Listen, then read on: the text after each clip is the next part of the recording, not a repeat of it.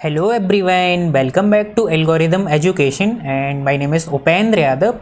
तो हम लोगों ने फंक्शन ऑफ वन वेरिएबल में लिमिट के चैप्टर को स्टार्ट किया था। तो आज हम लोग इस लेक्चर में इनडिटरमिनेट फॉर्म से रिलेटेड एग्जांपल्स को डिस्कशन करने वाले थे। तो हम लोग एग्जांपल्स को अभी डिस्कशन नहीं करेंगे क्योंकि सबसे पहले हम लोग वर्किंग रूल को देखेंगे, प्रोसीजर देखेंगे कि जो इनडिटरमिनेट फॉर्म टाइप के जो फंक्शन होते हैं उनका वर्किंग रूल क्या होता है, किस तरीके से हम लोग उनको सॉल्व करते हैं। देन इसके बाद फिर हम लोग एग्जाम्पल को करेंगे। वैसे आपको मैं डायरेक्ट एग्जाम्पल भी बताता ना, तब भी आप लोगों को समझ आ जाते, लेकिन उससे पहले मैं कुछ इनफाइनाइट सीरीज के एक्सपेंशन भी हैं, कुछ फंक्शन हैं उनके इनफाइनाइट सीरीज एक्सपेंशन है और कुछ स्टैंडर्ड टाइप के फंक्शन हैं उनकी लिमिट भी मैं आपको बताना चाहता हूं, जो आगे के लेक्चर्स में आप लोगों की बहुत ज़्यादा हेल्प करेंगे।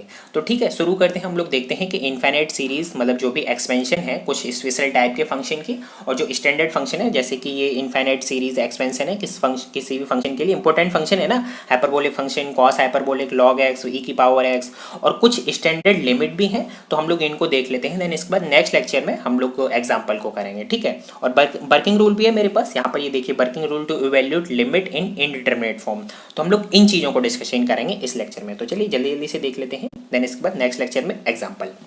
तो e की पावर x का जो इनफाइनाइट सीरीज एक्सपेंशन होता है वो होता है 1 + x square by 2 factorial plus x cube by 3 factorial and so on. ये आप लोग जितने भी मैं यहाँ पर इनफाइनाइट सीरीज एक्सपेंशन बता रहा हूँ ना फंक्शन के, वो आप लोगों को सभी ध्यान होनी चाहिए। अगर ध्यान नहीं हुआ ना तो फिर मैं क्या कर सकता हूँ, आप लोगों को ही प्रॉब्लम होगी, मुझे तो कुछ प्रॉब्लम नहीं होगी। तो आप कोशिश कीजिए कि आप इन सभी इनफाइनाइट सीरीज़ के एक्सपेंशन को ध्यान रखो। ठीक है, जो भी इन फंक्शन के मैं एक्सपेंशन को आपको बता रहा हूँ। वैसे आप क्वेश्चन करोगे ना तो आपको ऑटोमेटिकली ही ध्यान हो जाएंगे। ठीक है, तो आपने क्वेश्चन तो किए ही होंगे लास्ट के लेक्चर में, मतलब इस लेक्चर में तो हम लोगों ने नहीं किए, वैसे आप लोगों ने कहीं और भी क्वेश्चन किए होंगे, तो आप लोगों को ये ध्यान होंगे। मुझे ऑलरेडी पता है कि आप लोगों की ये सभी एक्सपेंशन जो है ना वो ध्यान है। अगर नहीं ध्यान है तो फिर आप ध्यान मतलब इनको याद कर लीजिए, नहीं तो फिर आप लोगों को कोई प्रॉब्लम होने वाली है, मुझे तो कोई प्रॉब्लम नहीं होगी। फिर भी मैं आपको बता रहा हूँ ना, तो आप ध्यान कीजिए। तो e की पावर x का एक्सपेंशन ये होता है। साइन x का क्या होता है, x minus x cube by 3 factorial plus x की power 5 by 5 factorial minus x की पावर 7 बाई 7 फैक्टोरियल। यहाँ पर ये जो प्लस माइनस साइन चलता है ये अल्टरनेट चलता है। ठीक है, देन इसके बाद cos x का एक्सपेंशन क्या होता है, 1 minus x square by 2 factorial plus x की power 4 by 4 factorial minus x की power 6 by 6 factorial plus and so on. तो आप इन्हें अपने तरीके से जैसे भी याद करना चाहें वैसे याद कर सकते हैं। ठीक है, मुझे तो ये क्वेश्चन करते करते याद हो गए।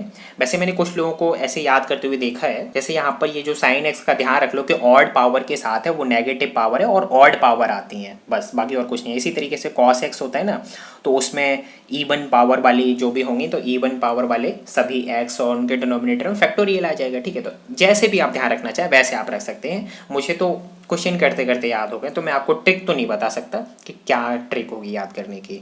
तो मैं केवल आपको एक्सपेंशन बता सकता हूँ कि फंक्शन का एक्सपेंशन क्या होगा। ठीक है, 10x का एक्सपेंशन होता है x plus x cube by 3 factorial plus 2 into x की power 5 divided by 15 plus and so on. ठीक है, इसी तरीके से नेक्स्ट हम लोग जल्दी जल्दी से करते हैं। सिंपल से तो एक्सपेंशन है ना, sine hyperbolic x plus x cube by 3 factorial plus x की power 5 by 5 factorial plus x की power 7 by 7 factorial plus and so on. यहाँ पर सारे जो एलिमेंट होंगे मतलब जो टर्म होंगे उन सभी के जो साइन होंगे ना वो पॉजिटिव होंगे। ठीक है, इसी तरीके से कॉस हाइपरबोलिक में भी जो भी साइन होगा वो सभी पॉजिटिव होंगे। तो कॉस हाइपरबोलिक x का होता है 1 plus x square by 2 factorial plus x की power 4 by 4 factorial plus x की power 6 by 6 factorial and so on. इसी तरीके से log 1 प्लस एक्स का क्या होता है, x minus x square by 2 plus x cube by 3 minus x की power 4 by 4 plus and so on. ठीक है, इसी तरीके से log 1 माइनस एक्स का minus x square by 2 minus x की पावर 3 बाई 3 माइनस एक्स की power 4 by 4 minus and so on. ठीक है, अब यहाँ पर मैंने कुछ एक्सपेंशन मैंने आप लोगों के लिए छोड़ दीजिए, आप लोग मुझे करके बताओगे।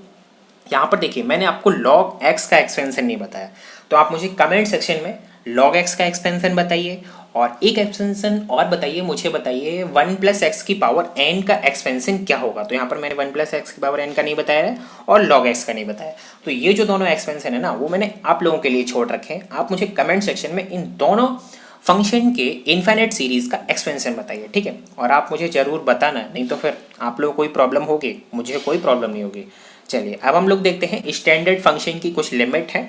ठीक है, तो ये वैसे तो आप वेरीफाई भी कर सकते हैं, और वैसे यहाँ पर मैंने वेरीफाई करके ही लिखी हैं। तो अगर आप कराना चाहते हैं कि ये किस तरीके से मैंने निकाल के यहाँ पर लिखी हैं, तो फिर आप मुझे कमेंट सेक्शन में बता दीजिए। वैसे ये आप लोगों को आते होंगे, ठीक है। स्टैंडर्ड लिमिट है ये। तो फर्स्ट क्या है, limit x tends to zero sine of x divided by x क्या होता है, 1 होता है, ठीक है। इस फंक्शन की limit x tends to zero पर 1 होती है। एंड इसी तरीके से x divided by sine x की 0 पर लिमिट क्या होती है, 1 होती है। नेक्स्ट कॉस एक्स की लिमिट 0 पर क्या होती है, 1। And tan x divided by x की लिमिट 0 पर क्या होती है, 1। इसी तरीके से x divided by tan x की 0 पर लिमिट क्या होती है, 1 होती है, ठीक है। Second, limit x tends to 0 1 plus x की पावर 1 बाई एक्स, यहाँ पर 1 बाई एक्स है, ठीक है, एंड नहीं है 1 प्लस एक्स की पावर 1 बाई एक्स। इसकी जो x टेंड्स टू 0 पर लिमिट होती है वो होती है e, ठीक है। इस वाले यहाँ पर ये फंक्शन दिया गया, लेकिन इस टाइप की सीक्वेंस को मैं आपको सीक्वेंस के चैप्टर में करा चुका हूँ कि इस टाइप की जो सीक्वेंस होती है उस फंक्शन की लिमिट ई होती है।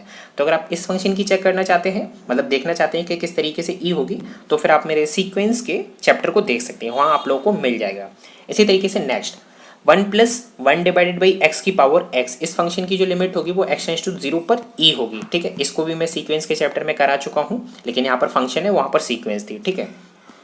तो इस फंक्शन की जो लिमिट होगी वो ई होगी एक्स टेंड्स टू 0 पर। इसी तरीके से log 1 plus x divided by x, तो 0 पर इस फंक्शन की जो लिमिट होगी वो भी क्या होगी, 1 होगी।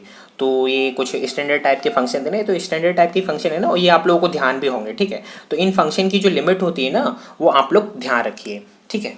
तो हम लोग एक्सपेंशन देख चुके, इनफाइनाइट सीरीज एक्सपेंशन और स्टैंडर्ड लिमिट भी हम लोग देख चुके। अब हम लोग देखेंगे कि working rule to evaluate limit in indeterminate form, मतलब जो इनडिटरमिनेट फॉर्म होती है ना 7 टाइप की। अब हम लोग यहाँ से हम लोग डिस्कशन करेंगे कि उन 7 टाइप की इनडिटरमिनेट फॉर्म को हम लोग किस तरीके से कैलकुलेट करते हैं, उनका क्या वर्किंग रूल होता है, क्या प्रोसीजर होता है। तो किस तरीके से देखिए, स्टेप 1 में differentiate the numerator and denominator separately.